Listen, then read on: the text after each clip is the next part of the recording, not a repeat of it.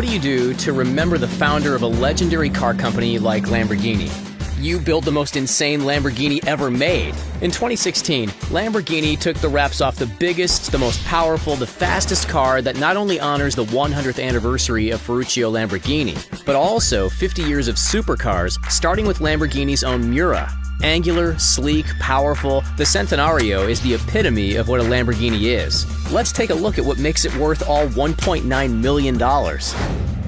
Lamborghini has never been a shrinking violet when it comes to making cars. The tractor manufacturer turned sports car icon has more than a few cars in its storied history that can draw attention in even the most crowded room. They are the go-to brand for excess. Excess in speed, excess in styling, and excess in price. Lately, however, Lamborghini has stepped up to its already intense offerings with its kind of oxymoronically named one-off limited editions. The king of these specials is the Lamborghini Centenario. When the hybrid boosted Sean hits the roads in 2021, it will take the most powerful and fastest crown from the Centenario.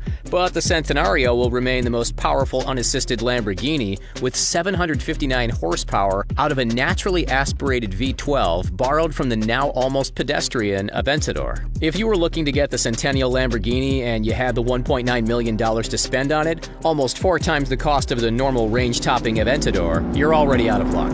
In fact, you were already out of luck in 2016 when the car was announced. All 40 of the cars, including 20 topless models and 20 hardtops, were already spoken for. Driving a Lamborghini is not exactly a cheap exercise, even when you get past the massive sticker price. Annual maintenance on the Aventador can run as high as $5,000. And if you manage to give your Lambo the beans on your rare expedition, that can cost you another $2,000. However, when you're dealing with a car as exclusive and rare as the Centenario, there's an ace in the hole when it comes to the money pit that an exotic sports car can be. While the Centenario is only 3 years old, there are at least 4 of the 40 up for sale from private hands already. Maybe their fortunes have turned. Maybe they need to make room for their new upcoming Sean. Regardless of the reason, the low-mileage cars, all just around 500 engine break-in miles, are being offered with a $1 million premium off the original asking price. In 3 years, the Centenario has gained almost $1 million in value, coming in at just under $3 million at $2.7 million in US dollars or $3.5 million in Canadian dollars. The Centenario follows the Reventone, Sesto Elemento, and Veneno, and is followed by the Sean in chasing that super exclusive realm of hypercars currently occupied by upstarts like Koenigsegg and Pagani. The Centenario won't easily be outshined by its hybrid stablemate. In addition to the 19 horsepower bump that the V12 got moving from the Aventador to the Centenario, also benefits from an almost Lotus-like application of adding lightness. Carbon fiber is liberally applied to the tub as well as the body to give it a 700-pound advantage over Lamborghini's production hypercar. That combination of speed and lightness makes the Centenario remarkably quick. That means that 100 kilometers or 62 miles per hour comes on from a dead stop in a howling 2.8 seconds. It's worth noting, however, that the humble electric car and its instant on-torque has upended the 0 to 60 game. For the price of the transmission on this car, buyers can get a Tesla Model S performance that will do a standstill to a mile-a-minute dance in 2.3 seconds with 4 doors and a back seat. While 60 might be a destination for the daily driver Tesla, though 60 is just the beginning for a car like Lamborghini. If you start a commercial on the radio, the moment you lay your right foot on the floor, before the 30-second ad was over, you'd have gone from 0 to 300 kilometers or 186 miles per hour, taking just 23.5 seconds. By the time your program comes back on, the Centenario will be scratching toward its top speed of 217 miles per hour. Once again, a number doesn't tell the complete story, with specialty car makers like Bugatti and Koenigsegg in a top-speed battle, offering cars that will best 300 miles an hour, providing you have the tires and a test track. Lamborghini is a sports car over a land speed car. The distinctly Lamborghini angular shape is guided by function, making the car not only slippery, but helping keep it glued to the ground, including a wing that adjusts up to 15 degrees. In a car festooned with vents, air extractors, fins, and wings, perhaps the most dramatic element added to the temple of airflow that is the Centenario is the missing rear end. Where a rear bumper might go is instead a massive diffuser with 6 fins drawing air from underneath the car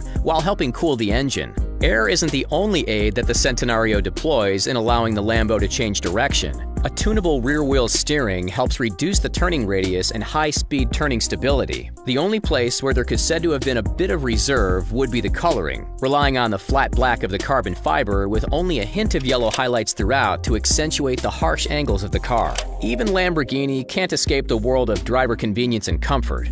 However, as the Centenario features the now ubiquitous 10.5-inch infotainment screen that will sync to your cell phone of choice with all the regular expectations of connectivity. It's not all Spotify and Maps though. The car also contains a telemetry recorder that logs speeds, lap times, and G-forces for those days when you take your rare $1.9 million Lamborghini for a track day excursion. So what makes this car so special, especially when Lamborghini has already created an even faster limited edition hypercar? Timing mostly. 2016 would have been the 100th birthday for Lamborghini's founder, Ferruccio Lamborghini. Even better, it was the 50th year since his automotive badge upended production car making with what is arguably the first supercar, the absolutely gorgeous Miura. It's not that the Miura had a V12 or a sleek design. Lamborghinis and Ferraris had been setting 12 cylinders in harmony in production cars for years. It was down to where the V12 was placed and how, laying crosswise behind the driver like the dominant sports car racers F1 and Indy cars of the time. The Miura had the stance of a race car and a car meant for the road, not just a limited edition run to satisfy homologation, but a legit road car built like a race car. The Miura changed everything, but it was the completely bonkers Countach that solidified Lamborghini as the aspirational marquee, with posters of the angular car with the weird doors lined every kid's wall in the 80s. By modern standards, the Countach doesn't sound that impressive, at least on paper. 60 miles per hour took 5.6 seconds from a standstill, slower than a modern-day entry-level V6 Camaro. Even in its time, it wasn't able to top the Ferrari Daytona on the sharp end of the top speed, and the Ford-engine Pantera would give the Raging Bull a run for its money.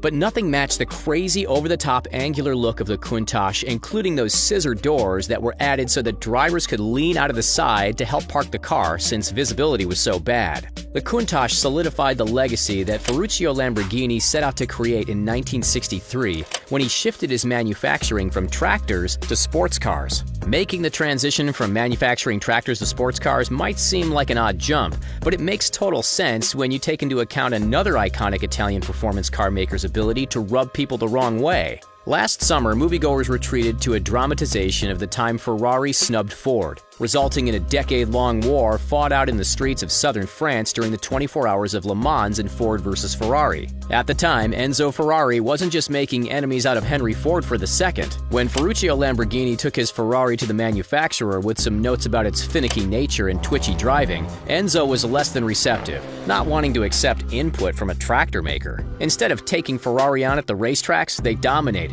Ferruccio set out to make a V12 engine that wasn't just a detuned racing engine prone to failure, but a road-going motor that could stand up to daily traffic. This was something that Enzo was not particularly interested in. For Enzo, road cars were a means to an end, a way to support his racing habit. The end result was that at the racetrack, Enzo's new enemy Ford ended Ferrari's dominance at Le Mans, and on the road, Lamborghini started to surpass Ferrari in terms of aspirational sports cars. The lesson being, even if you're Enzo Ferrari, being a jerk might create some of your biggest competition. Though if you are Enzo Ferrari, you'll have created a legacy to survive all manner of rivals. The Centenario breaks with a tradition of Lamborghini car names that are taken from fighting bulls that won their fight, instead accenting the 100th anniversary of its founder. And what a tribute it is!